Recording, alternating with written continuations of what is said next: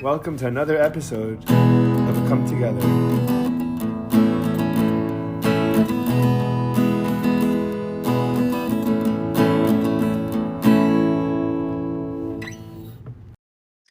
All right, Paul, we're live. Welcome, man. Thank you so much for doing this. How are you doing today? I'm doing great. Thanks for having me, Ephraim. Of course, my pleasure, man. My pleasure. It's an honor, man. Can you tell me a little bit and the audience a little about who you are and what you Um, well, um, do? that's a good question. My name's Paul Levine. Uh, these days, I help organize and promote music events at the Spirit of the Suwannee Music Park and also in New Orleans occasionally. And I've been doing that for 20 years or so. Wow. Yeah. Awesome. How'd you get started into this? Were you always a music junkie and you wanted to spend your career in the music world, or did you fall into it? What happened? Nah, I was going to college and seeing a lot of Grateful Dead shows, and I Nice. Where'd and you go to I college? I went to Lehigh in Pennsylvania. Sure, of course, of course. I went to Binghamton. There you go. And Yeah, yeah, yeah, yeah. Lehigh's a great place. I've heard. I have an ex whose brother went there, and he swore by it. And I mean, grant he became a big fan of fish since then, But I think that's where he got introduced to it. So you went to a ton of good Dead shows when you were in college. lots of Dead shows, and then I started thinking, well, I ought to get the Grateful Dead to come play at Lehigh. I could do that. And that didn't turn out to be as easy as I thought. But it did lead me to start having these parties at this farm. We called them farmhouse parties, and a lot of people started showing up, and I um, ended up, getting live music in my blood. But, um, you know, that's kind of how it started. Um, but then I didn't think much of it after that. That just seemed like something fun to do in college. Right. Um, uh, At what point in college were you doing this? Were you towards the end of it, like when you're graduating, or was it earlier, or like did uh, you have a chance to do a couple of times? How many times did you do this throughout college? we did that a couple of times. I think it probably started off in junior year, and then I got a couple of fraternities to give me a few $100s to do it, and um, so we started having some parties, and I really enjoyed that. And then I was having house parties with bands, and um, just love that. Love live music. I became a live music junkie. Probably in high school. Hmm. I went to boarding school in Connecticut and got a deep classic rock and kind of jam band. Who were some of your early role models at that point in high school when you were in high school? Who are you listening to? Who was influencing you? In high school, I listened to a lot of Traffic, Hmm. uh, a lot of Allman Brothers. Of course, we were all listening to Led Zeppelin and the Rolling Stones. I loved Santana, and um, I loved Yes and Jethro Tull and um, Black Well, Sabbath. I'm You sorry, you cut out. You said you loved Santana, and what was that after that? Yes, and Jethro Tull, and Awesome. Sorry. So what I was saying was, I grew up on these bands, and I keep on growing up with them, right? So I'm 29, and as I progressed through different stages in my life, I just got married a couple years ago. I had a kid 2 years ago. And as I keep on like discovering new, I guess either deeper tracks or different genres even within the rock world and the jam world. And and it kind of just I mean, it helps carry me through all these all these experiences, and it's funny because I look back at, like I would listen to, I guess, a lot of Billy Joel when I was in, I guess Billy Joel and Simon and Garfunkel when I was in high school, and then as I got into college, I got into Springsteen and Dylan and Van Morrison, sure. and that kind of flowered into the Dead and into the more Allman Brothers, the Dead, and modern, and I guess more modern jam bands. And then the whole like psychedelic rock scene, Mhm. in the last couple of years. So, I mean, the music was there for me, and almost helps dictate like each part of my life that I'm going through. Um, it's a really, really cool experience, and it's a ton of fun. What was it like seeing were you aware that you were seeing some of the greatest bands like you'll ever that'll ever be around at the time? Well, I'm not sure that you ever are aware of that kind of stuff while you're in it. Right. Um, I remember, I didn't see all those bands that I listed, but a lot of them. Hmm. But I remember the first concert I ever saw was the Eurythmics and Howard Jones and stuff like that. But then we went to Jones Beach and saw the Beach Boys and Santana and the Allman Brothers and all of that sort of stuff. And then when I was going to boarding school, we went to New York City and saw Clapton and Robert Cray. Oh man. We saw Dylan and Tom Petty. We saw Dire Straits, the Money for Nothing tour, which was unbelievable. There was a period of time when Dire Straits was probably my favorite band in the world. And Um, around what year was that? I think the Money for Nothing was probably 85, Gotcha. Okay. 80 or so, 85 or 86. Um, and that show made a big impression on me. And then they retired the next year. Yeah, Right. uh, and so it was. No, I don't think we realized what a special time it was musically, Hmm. necessarily. It was also, that was right about the time that the In the Dark album came out for the Grateful Dead, Sure, sure. which included Touch of Grey, which launched them into a new stratosphere of fans. Um, Even though that song, They almost became pop in that sense. And like they almost went from being like a cult classic to like accessible to everyone, like everyone just liked that sound of Touch of Grey. well, it was their only top, probably top 10 hit, I think it was, that they ever had. And so, yeah, it made it more accessible, and they were on MTV, and, which was for good and for bad, because the crowds changed at the shows. How Um, so? well, the crowds got bigger, but there was also the crowds were all of a sudden not full of old time deadheads exclusively. There was new folks, Right. and not all of them with good intentions. Hmm. Um, that's when the drug scene kind of changed a little bit, and maybe nitrous oxide started popping up sometimes, and just people that were there was more people there for the party, or there started to be more people there for the party than there used to be, not just for the music. Right. Right, right. I read about that. I read a couple of books about it, and I think that was like, I mean, that was one of the like some of the only times that they ever really had trouble with any of the fans. Like there was never, from what I read, that like people would go and hang out, and also what I'd hear from friends, that are friends, that were at the show, and at the shows, and they'd say that it's like you used to. Like no, really, no one was almost like a threat. Like everyone that you met was kind of just like a loving, hanging out. They may be weird, they may be wacky, but like what you said, like very few people with ill intentions. And then any kind of I feel like negative press from having too many people around kind of came in that time period. That time period, right? Sure, sure, Right. absolutely. Right. So you're in college and you're trying to get the dead to come to Lehigh. Sure. And how'd you go about that? Did you just mail them? What'd you do?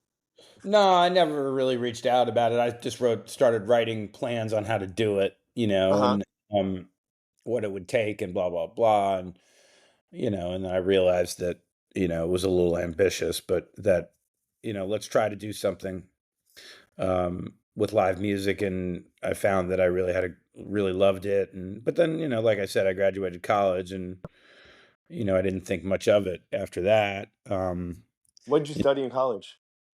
I studied international relations and American history. Um, Cool. both of Awesome. How'd you end up doing that? um, well, we had a really good international relations program, but I somewhere along the way I realized that international relations was the major with the least um, uh, I could take the most electives in that Sure, study. sure. Right. It was at least rigorous with the classes that were required to get the major. Yeah, so I was able to get an acting minor and an American history minor, Oh, nice. while doing that, and, you know, a and of course, since I've graduated college, I've used my degrees in exactly 0 ways. Um, Hmm. uh, so, Lehigh was a great education in a lot of ways, but I'm not sure that I used that education in a professional manner. Sure. Though the diplomacy probably has suited me well in the music industry sometimes. Um, Right. Okay, uh, so you started putting on live shows. So you start organizing, I guess, parties and live shows and and you're getting local bands to play. You're getting names that anyone heard of or cover bands. What kind of crowd are you getting? What kind of bands? What kind of music are you getting? I remember we worked with this guy Mike Dugan, who was a legend in Allentown, Pennsylvania, and Mm-hmm. Bethlehem, and he came. There was a band called Tao Jones that came from New York City, who was pretty hot back then, but didn't have a long career, I don't think.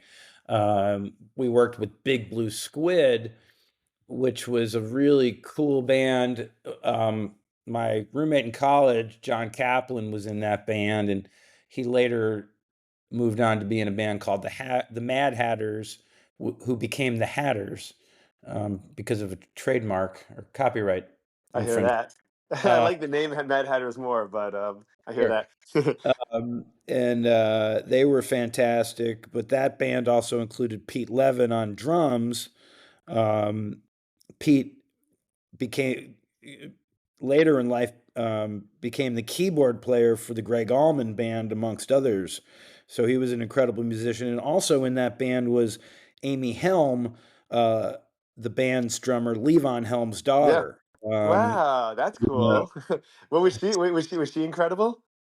oh yeah, she was super sweet, and she was very talented, and it was cool to get to know her and ask her a few questions about her old man and stuff like that. But she was wonderful. That's Um, awesome. That's really yeah. really cool.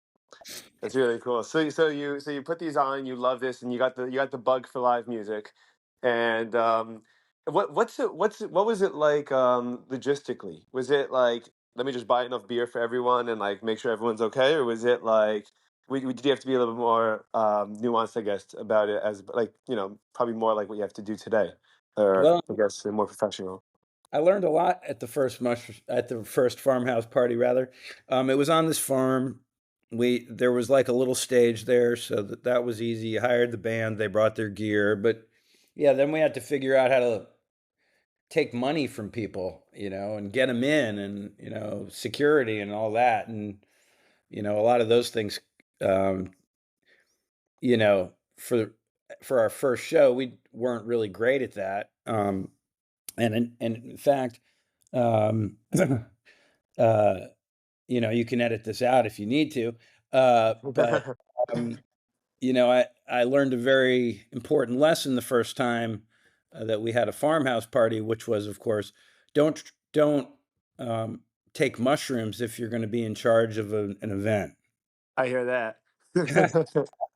I hear that. What, were you completely sidelined? Is No, that? no, but the concept of taking money from people was kind of weird, Yeah. Yeah, yeah, yeah. I hear that, dude. It's so and funny that you say that. I hear it feels unnatural, right? You're like, you just want to share this experience, and you're like, why am I taking your money for this? Like, we all want to have yeah, a good time. it was something like that, and then, of course, then when the cops rolled in, that was even a more valuable lesson.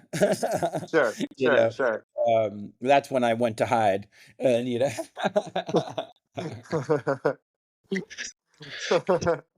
But I mean, I'm sure there was tons of that going around, right? I don't think it's anyone's first experience. I don't think it's the cops' first rodeo dealing with any kind of crap like that, No, no, right? no, it went fine. Nobody got arrested. They just, It's just the it was just a so ton of fun.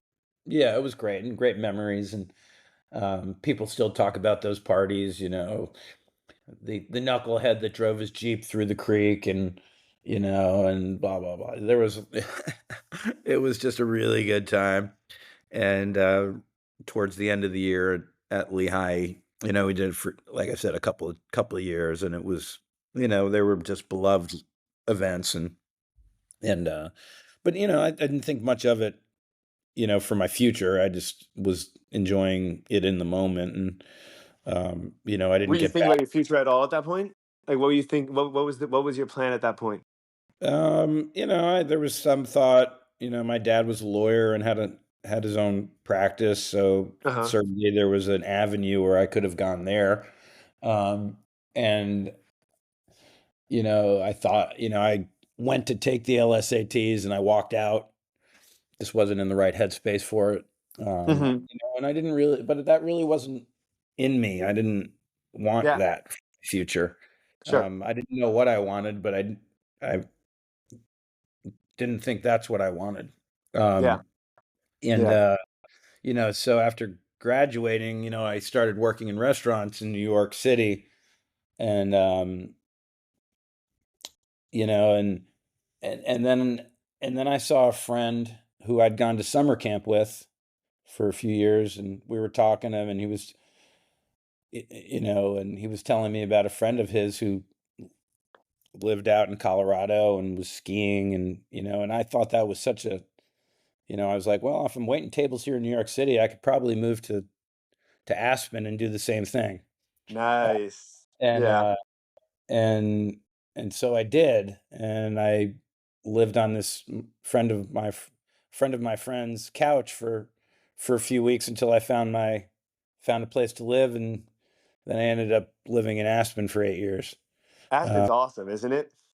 it's an amazing place, and it's incredible now. But back in the '90s, it was, I think it was even more special. For Um, sure. I mean, I don't know. I mean, my grandmother actually lives there, and so I go visit her every couple of years. But I mean, you kind of only run into older, wealthy moguls or young hippie snowboarders, and or skiers, and there's not too much in between. But the place is just such a beautiful and magical place. I like being there in the summer more than I even like being there in the winter. I think being there in the summer is just remarkable. Um, Hundred was percent. Hunter Thompson still living there around then? Oh yeah, and he and I'm thankful that he and I became pretty good friends. Really, you got to know him? Yeah, very well. How'd you get? How'd you? What was it like meeting him? What was it like getting to know him? Well, we opened up a coffee house, restaurant, bar, art gallery, community center called the Howling Wolf, in 94, 95. And my one of my partners and I, when we developed the idea for it, um, we essentially tried to follow a roadmap so that Hunter would like it. Um, and it worked. You had to make it weird with a lot of music, right? You had to make it fun and Well, weird. well, we just wanted it was kind of like a throwback it was more like a Greenwich Village coffee shop, Sure, but sure. it was a throwback to like the Woody Creek Tavern in Old Aspen, Yeah, kind of swimming against the stream, of where things were going, trying to, be we were all in our 20s and young and dumb and full of energy and ideas, and that attracted a lot of people out there. We there and in I think it was 96, maybe it was 97. Um, the ski company got behind an effort to expand the airport in Aspen to bring in bigger planes, which was a very pro business move. right, Um, but the locals hated that idea. right. Um, bigger planes meant more noise, more traffic, blah, blah, blah, blah. And so Hunter and the mayor and sheriff and all those people were against the ski company and against business in this particular scenario. And, um, well, they thought that a good idea would be to align with young business owners in the town that were against this, and Oh, smart. try to indoctrinate the youth vote. And my partners and I were eager participants. We wanted Aspen to be what it was, not what it was going to become. Right. Uh, and um, and so I miraculously got to speak on dioceses with Hunter Thompson about why we shouldn't expand the airport. Wow. So cool. What was it like? What was it like when you met him? Was he nice? Was he wild? What was he like? Um, he was incredibly kind and generous. I think when if you meet him in the right way, um, and he'd heard about our place. I think we sent him food deliveries or whatever, so we were Hmm. trying to get him to notice us. And once he did, he came in and enjoyed it. And we always, we had a back door for him to come in. We had a quiet place for him to go hang out where he wouldn't be bothered, and stuff like that. And he came to trust us. And then then we started spending enough time together that he would um, ask me if I wanted to come over and watch football games with him sometimes, or with him in the shower, So or cool. whatever. Like, I mean, it was my and So you were occasionally in we'd Aspen get. for 8 years. What's that? So you were in Aspen for 8 years. Yeah. And this time you're running this joint, right? This coffee house, cool, like almost like a head shop kind of. It sounds like to me at least. This cool kind of place. And you're loving life. Why'd you leave? The well, like I said, we were young when we started that place, and um, not sure that we really had the maturity or business sense to operate. We Yeah, learned a lot of lessons. So the business, unfortunately, after 6 years, came to its end.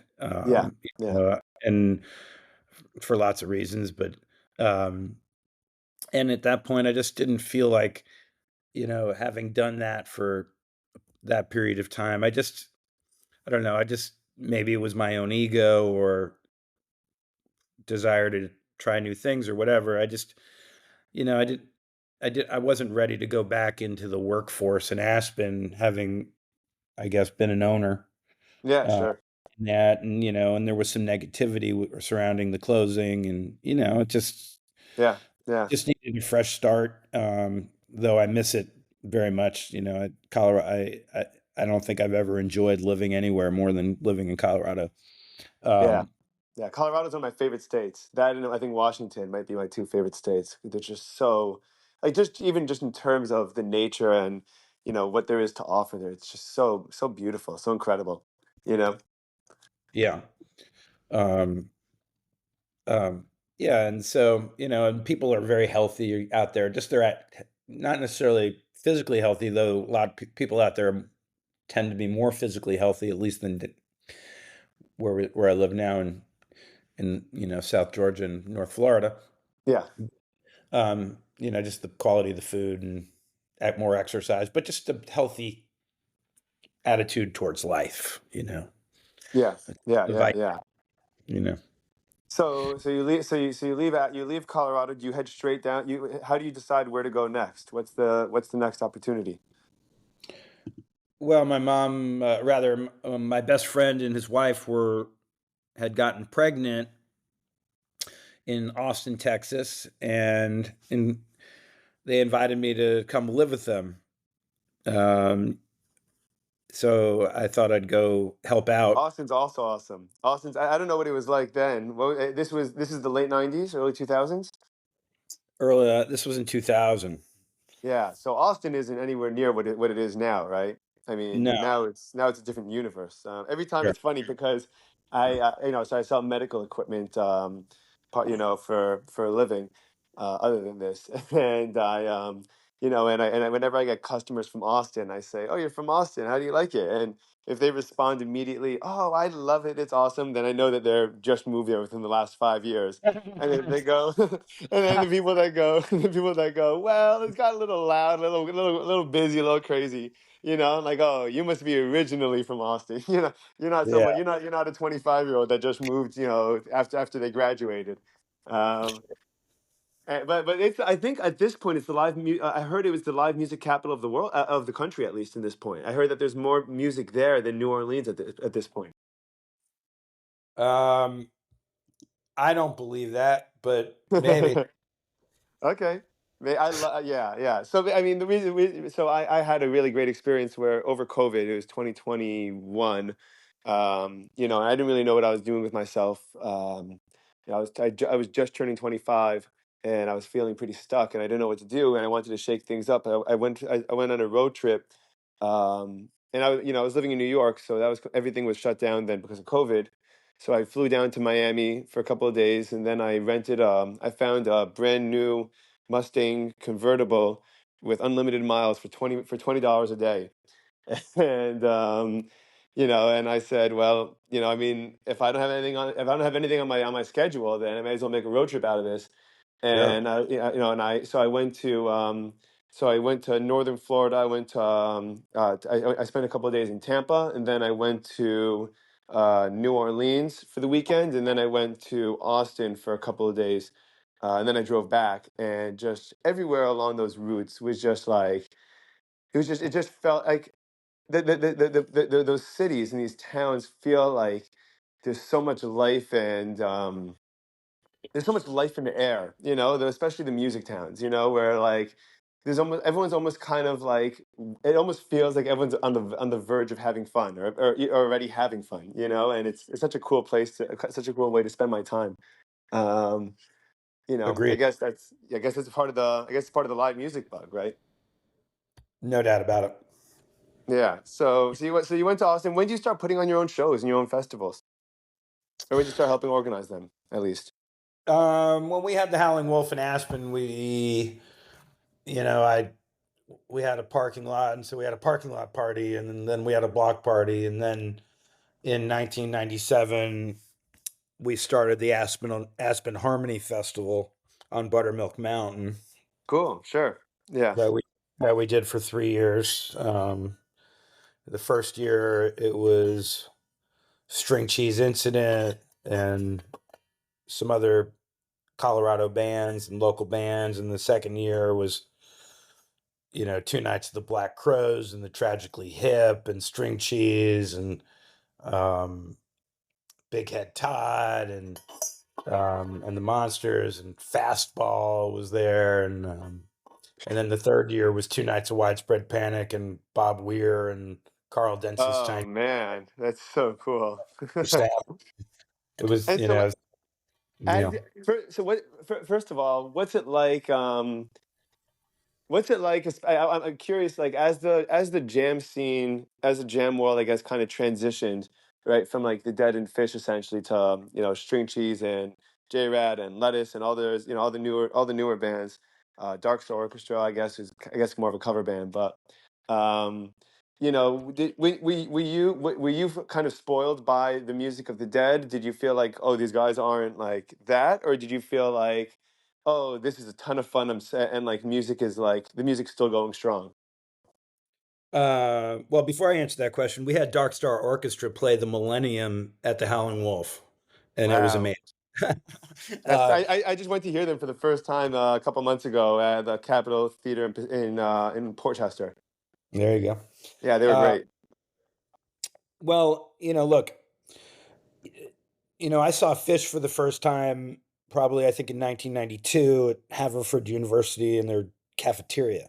Um, and I loved what I heard from them. I loved, what I was hearing from Blues Traveler and other bands like that at the time. But, when the Dead were touring, that's all that we were worried about, Right. and when I got to Aspen, it was the same way. It was, at the end of every ski season in the spring, we would take an RV from our place, the Howling Wolf, with some of our staff and friends, and we'd go to Las Vegas to see Three Nights of the Dead at Sam Boyd State, Silver Bowl.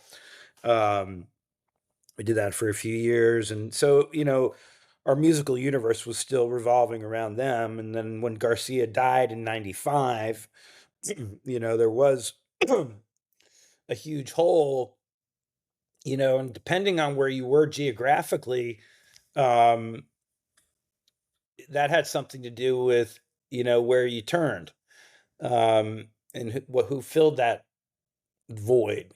Certainly string cheese was a part of it, but in the Northeast it was Fish, in the Southeast it was Widespread Panic, and strangely in Colorado it was Widespread Panic because a ton of Southeastern folks um, did what I did and decided to go to Colorado. Sure. And so Yeah. Colorado became a panic place, and now Widespread Panic holds the record for the longest consecutive sellout streak in the history of Red Rocks. Um, Wow. Cool. you know, and they can't sell that many tickets in most places, but they can in Colorado. And my girlfriend and partner at the Howling Wolf was from Georgia, and she took me to see Widespread Panic on their sit and ski tour at the Wheeler Opera House in 1997, and it totally turned me on um, to them, and I became a Panic guy. Still loved Fish, but I started going to see Panic shows. Hmm. Um, we took an RV from Aspen to the New Orleans Jazz and Heritage Festival in 1999 to see Panic, who we had just booked to play the Aspen Harmony Festival, and that started my annual pilgrimage to Jazz Fest, which I haven't missed one, I don't think, since, except for one. Since Um, 97? 99. 99. That's awesome. That's Uh, awesome. That's so cool. Yeah. and and that's a can't miss on the calendar every year, and I still do shows there during that. And um so it kind of, that's how it all went after Garcia passed away, and people were still searching for that feeling, Yeah. and we found it in different places. And but it also, it was a really sad thing, but it also, that losing the Dead also opened things up for a lot of other bands to get more eyes and ears on their Yeah. music. And so in that way, that's a good thing. Sure. Um, Sure. And the development of music just has been, I mean, really, really cool. It's been, what I see, I mean, I went to I went to the Fillmore here in Miami the other night. I've heard great things about them, but I never knew I didn't know a single song. I went by myself. I went to see Goose in the Fillmore, and they were just it was just like it was so unique and so different, and like I feel like there was there's so much license to be creative that the Dead just kind of gave other jam bands and artists. Like it's okay to it's fun to be weird. It's fun to do new things. And if it doesn't, and like not every night it's gonna sound great, and like that's cool. Like it's all a work in progress. And I think that's like that kind of broke. I think the rigidity. A couple of months ago, I recorded an episode with a guy named Phil Hinton, who's amazing piano player. He's a sessions player and a professor down in South Florida, and he's primarily a jazz player. He loves jazz, and but he also composes. And and the way that he kind of talked about music, I felt was, or I guess the way he described it was with a lot more of the rigidity of the being raised, I guess, with on the 40s and 50s music, and a little bit more classical. And I think that it's also, I mean, incredible. I think that both of them really require an enormous amount of skill, and I really appreciate both. But it's just cool to see the explosion that's kind of come in the last 20-25 years since then. for sure. But keep in mind, I mean, I don't think the Dead created that at all, honestly. No. Um, well, I mean, I think it comes from the jazz tradition, and what. what people were seeking was music created in the moment, unique moments, inspirational moments, and what people loved. I think, I mean, there's lots of things, but one of the things I think people love about jazz and what they loved about the Dead was that you had people really going for it, searching for something really special in the music. And sometimes Hmm. they'd find it and sometimes they wouldn't find it. But people but people appreciated that they tried to find it, Yeah. and that's why people would keep going back, because each night gave the opportunity for something unique and special, and creative, that wasn't the same as they saw yesterday or ever. And, that's, I think a lot of that really comes from the jazz tradition of improvisation and of, listening to your bandmates and, feeling in the moment. And I think that's where the magic comes from, is not knowing what's coming. Right. And then sometimes what comes is just blows your head off. You Yeah. can't believe it. Um, and that's what we were always searching for. That was the magic, and like the Dead will say that, it comes, a lot of out of the Dixieland tradition, which is a New Orleans thing, and Hmm. jazz, that. And so I think that they were unique in the rock and roll presentation of that, or at least pioneers in that regard. But I don't know that I'd necessarily say they created it. Right. Okay. Yeah. Good point. Fair point. That's yeah. And the truth is that even as you were saying that, I was thinking in my head, oh crap, I think I knew that actually. I knew that that's where it came from. But at least yeah. But I guess what you're the clarification that it was I guess rock's variation version of it, but it wasn't. It's yeah. I one of my favorite Garcia quotes. I was listening to an interview that he was doing one time, and he was talking about how bands when they're young and when they're starting out are extremely creative, and they're always trying to like and they're experimenting, and they're working on their game, and they're working on their instruments, and then he goes, and then they find a hit, and then they turn into factories, and like they're just told to recreate that same sound for the next 50 years. And he's like, and he goes, it's a shame, because that's part of the fun of being a musician is or at least being a creative is like what you just said, like living in that moment, and yeah, and, living in that moment and trying to find that, and sometimes you do and sometimes you don't, but when you do, there's no kind of reward like achieving that. And that struck very deep for me, because I mean, as again, growing up on rock, there you could listen to. I always preferred listening to live bands or live recordings as opposed to studio versions, because I always felt like there was a little bit more magic and a little bit more.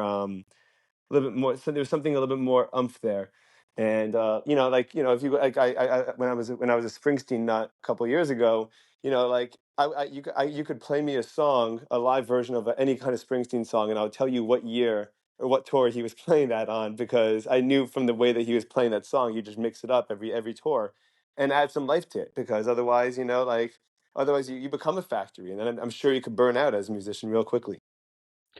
No doubt about it. And you've seen, like what Garcia was saying, you've seen so many bands, have a early career hit and then you never hear from them again.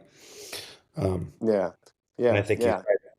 So now you're getting to the so I know that the festival in northern Florida is huge.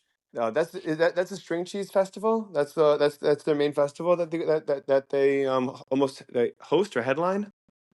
Well, Hulaween um, was started by String Cheese Incident. It was kind of their Halloween party that they'd done previous to coming to Suwannee. They did it in Hampton, Virginia, and probably in Colorado. I'm not sure if everywhere they had it, but for a few years they had Hulaweens. And um, I like we talked about. I worked with String Cheese in Colorado starting in '90. I think the first time I worked with him was 97 or 96. Um, and we stayed in touch. And then when I started producing shows at Suwannee, you know, I had some of the members of String Cheese coming there, and some of them were also coming to the bluegrass festivals at the park, and so me and some of the band members would talk about, God, we got to do something at Suwannee. You guys got to come, blah blah blah. Hmm. Yeah. And I was, I stayed in touch with their management, and we were all friends, and then I was at Warren Haynes Christmas Jam, probably in 2012. And Mike Luba, one of String Cheese's managers, was there, and we started talking about how we had to get String Cheese to back to the Swanee and do something. And he said, "Well, why don't we do Halloween there?" And at first, I was like, "No, we can't do that because we had another festival called the Bear Creek Music and Art Festival that was in early November, and that Halloween would have potentially affected." And then we started thinking, well, we could do this, and maybe we can move Bear Creek a month earlier and do both. And we did that for a year. Um, but that's kind of how it went down, Can you, with the Christmas yeah. jam here, and it just after members of the band had bugged Mike enough to come to Sewanee, he offered it up, and we figured it out. And then Halloween was born in 2013. Right. Can you take me a little behind the scenes of what it's like leading up to and then as the festival is happening from your perspective? What like in terms of the kind of like what goes into preparing, what like what's happening on the ground the day, the day of or the day before, and then like once people start rolling and the music's playing, are you able to enjoy the festival at all? Absolutely, I enjoy the every festival we put on. You know we we book our festivals, and shout out to Michael Berg, who's my original partner, is now back in the ownership chair of Hulaween with his partners. And um, he's an incredible talent buyer, really one of the finest in the probably in the whole country. um, and our partnership has led to many, many incredible lineups, I think. And we book music that we think would be that we enjoy, that we Sure. think would be fun. We want to keep people dancing and having a great time, and so we curate with that in mind. We've always, there's Halloween was always, since the beginning, has almost been like two festivals in one. One is sort of a jam and band festival, and the other part is electronic and more modern music. And so that, you could always go to Halloween, and, for the old timers, you could get what you wanted. And if you were looking for something new, and you could find that too. And, and you'd had options, and plus all the art, and Suwannee Music Park being the greatest music and camping venue anywhere. All those things coming together make for, really special occasions. And Are which bands easy to work with when it comes to getting them to come to these shows or getting different lineup positions? What's it like working with them? Are they bands are, easygoing? Are they tough? Are they fun? I mean, bands are easy. Management and booking agents are not. I see. Okay. And do the bands have much of a say over that? Are they like, oh, sorry, our guy's being tough? Or are they like, listen, man, that's not that, we just play music and we don't want to deal with any of that stuff? You don't, try not to talk about all that stuff with the bands. You just want them to perform and do the best they can and not have to worry about the business. That's why they have management and booking agents.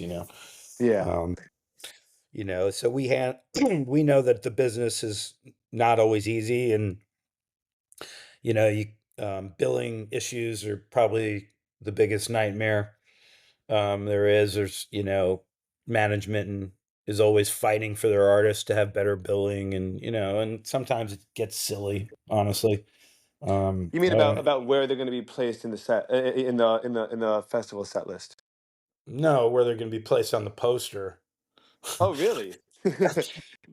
That's a bigger problem than actually where they're playing at the festival, because we know where that we want, that we have a clearer idea. But then somebody's like, well, why am I below these people? Like, Well, Ah, I um, see. I see. I kind of suspected that would be the case, but I wasn't sure. I wanted to hear confirmation before before I assumed anything about that. But yeah, I could imagine. I mean, you hear that about everything. You hear that about in movies, the order of credits, or who goes where on the what poster. And in the book, I forgot with books.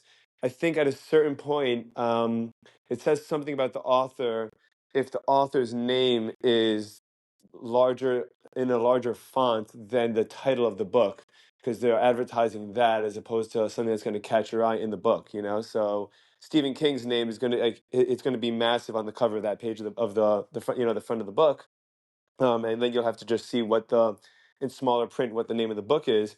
But if there's some professor or someone like yourself or myself that published a book, and no, and not as many people would have heard of us for the first time as a publisher, as an author, they're going to emphasize a great name, jumping out, and then our name would be in the smaller letters. So I mean, I kind of figured that'd be the case, but it's cool to hear.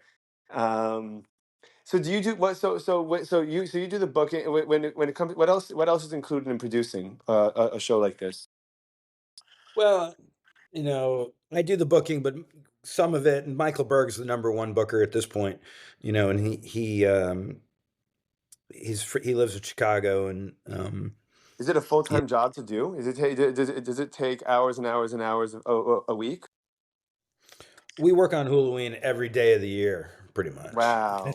And it's a big show. There's a lot to organize, but and as time's gone on, I honestly, in terms of the actual mechanics of it, I do less and less as we have better and better. You know, our team gets stronger and better. Uh-huh. Um, so I'm more involved in the booking. In the creative. Where the stage is going to go. How are we going to make this work? Um, Stuff like that.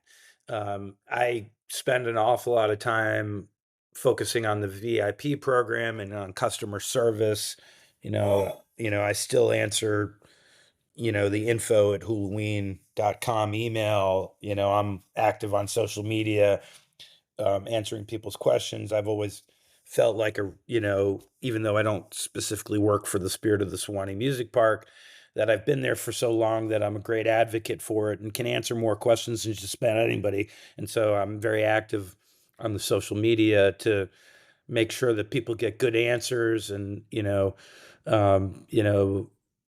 you ever looked at the Hulaween Facebook group, it's a crazy, sometimes vicious place, um, where people voice their concerns or what they love or what they want or what they hate or whatever. And Does I do that my best. what does that how does that affect you? Does that affect you mentally or emotionally? Is that like the equivalent of reading comments on like a Twitter post or something like that? Where or you don't even really just you don't really think about it too much and you just you do you already know how you already know your process and just do it.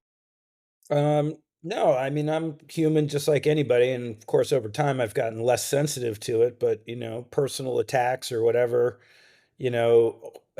certainly.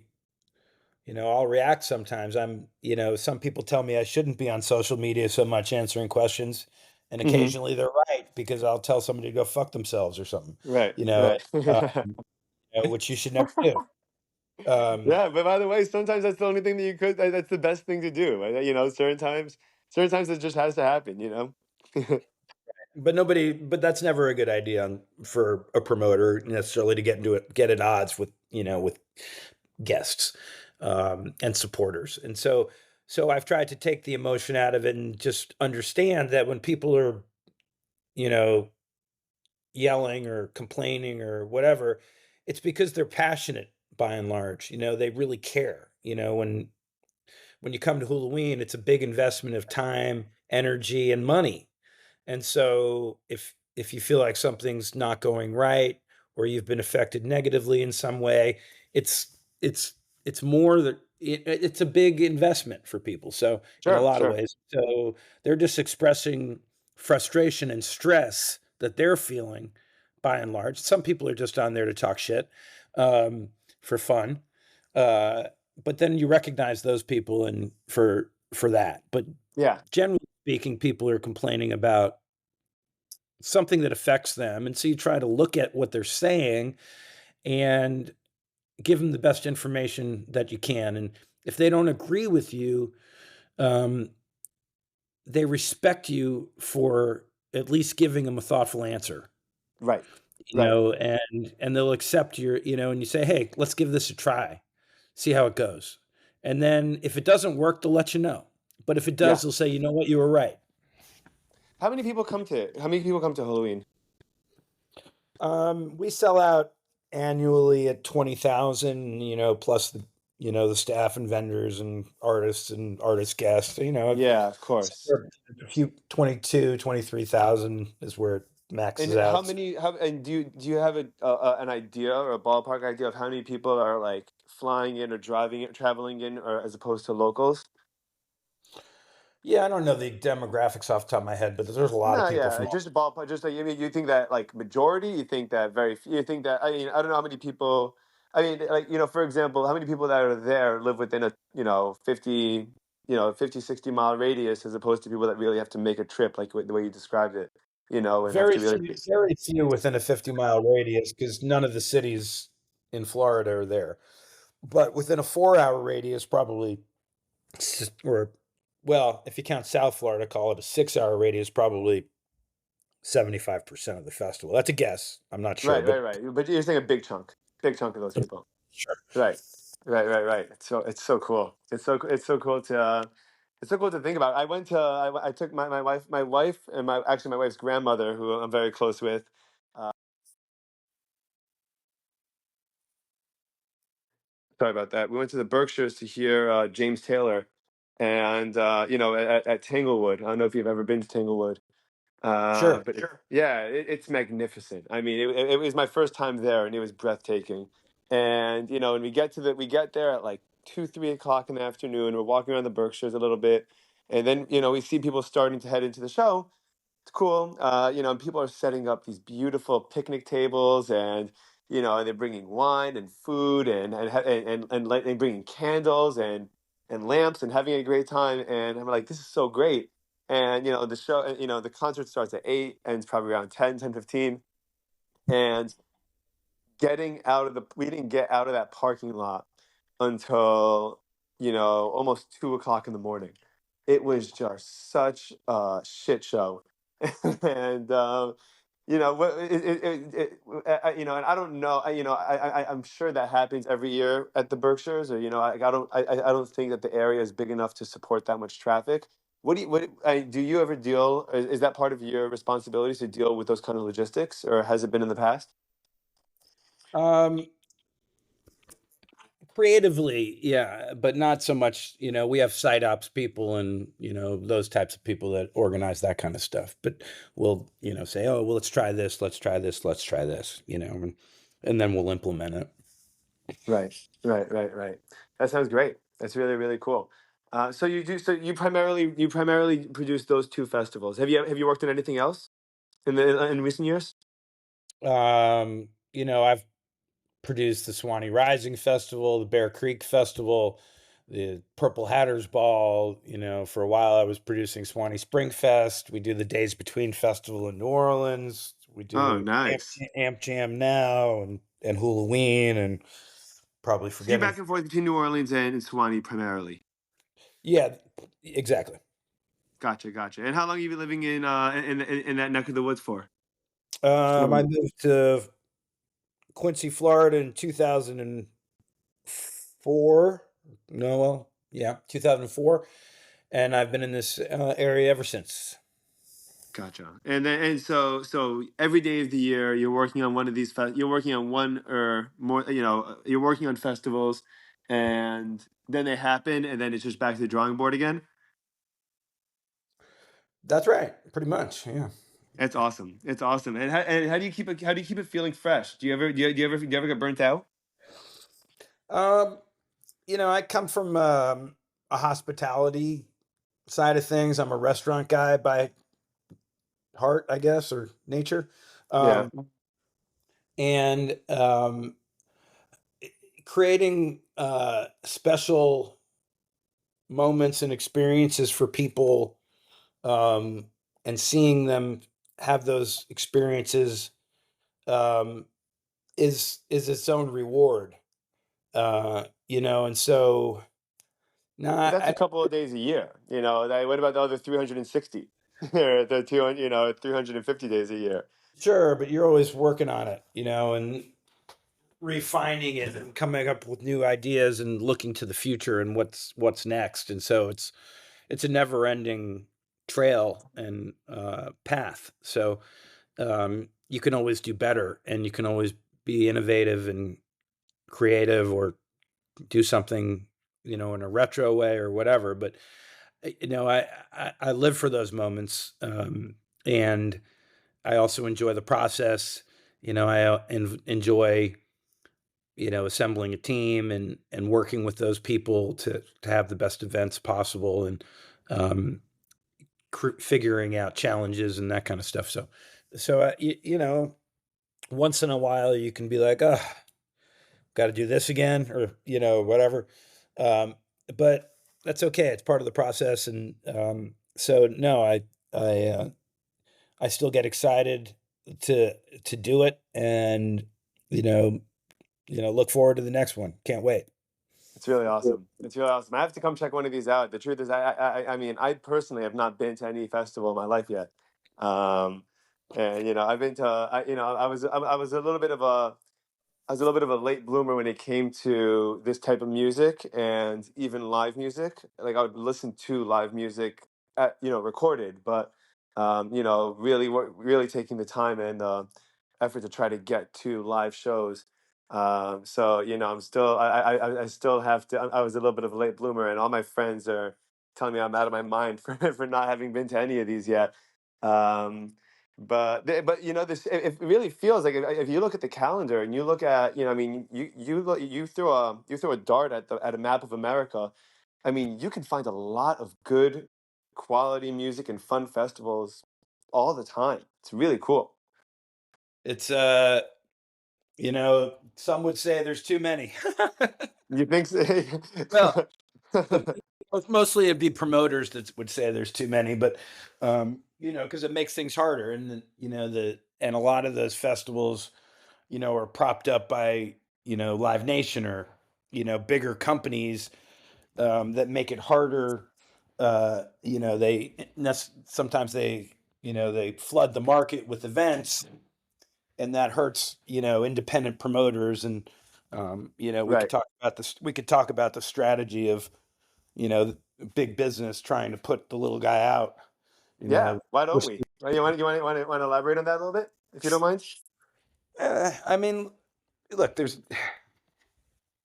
a company like Live Nation or AEG or whatever, they could roll out 20 festivals, and if, that and pay artists probably more than they're worth, and an X number of those 20 festivals may fail, but Right. it doesn't matter because they can absorb it.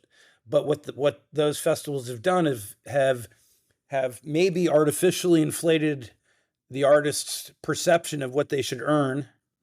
And Mm, so management pushes for those fees from independent promoters who can't afford to pay them. Uh, right. or if they do, they won't sell enough tickets to make it. Sure. And so it's the same. It's similar in other businesses with monopolies, right? Yeah. Um, Try to squeeze out their competition, and it's clear that that's been going on with those bigger companies. I mean, I'm not. Is there like are there acquisitions in like I know for example like I have a couple of friends I'm very big I love craft beer, right? I'm a craft beer nerd. And and I did a couple of interviews with different small brewery owners.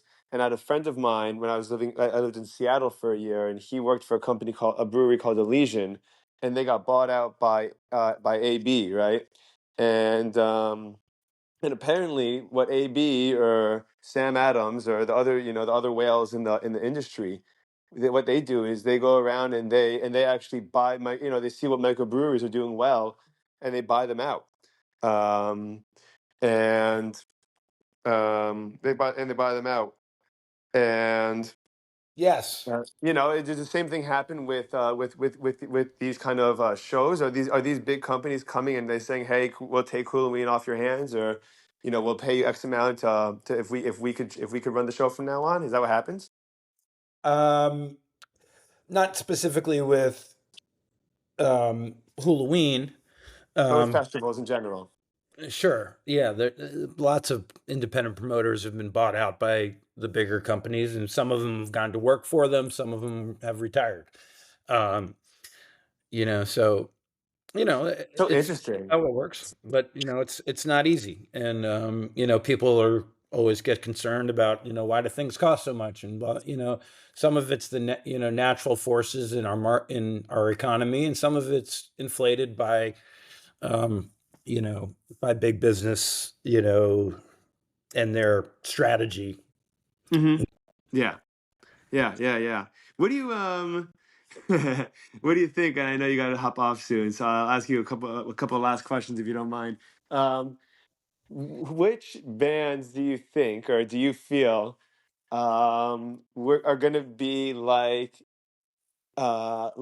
do you think that are going to be the ones like what we talked about? You know, we hear about, oh, you know, you went to see the Allman Brothers and the Stones and Dire Straits and Dylan. You know you know what bands do you think we're getting today that we're not gonna that we're taking for granted, that we're not gonna realize how magical they were until they're not until they're not available or around anymore?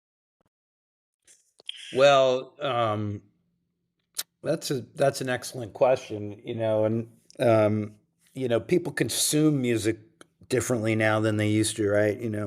We had the radio, and we had records and cassette tapes when I was growing Mm-hmm. up, and you know, so you didn't have the internet and a million ways to find new music, right? And Mm-hmm. so now people are breaking on TikTok. I don't even have TikTok, Me uh, neither. you know. I don't want to get started with it. I'm already addicted to my Twitter account. The a lot of back in the day, I think people went and saw more live music. Like when I was younger, if I had, I'd pretty much try to go see live music every night, or as Right. often as I possibly could. And I don't think young people are consuming music in that way, in the same way, so like the live scene is in a strange place because of that. It's more expensive to get on the road, and it's harder to develop audience, grassroots audiences like that, Hmm. right?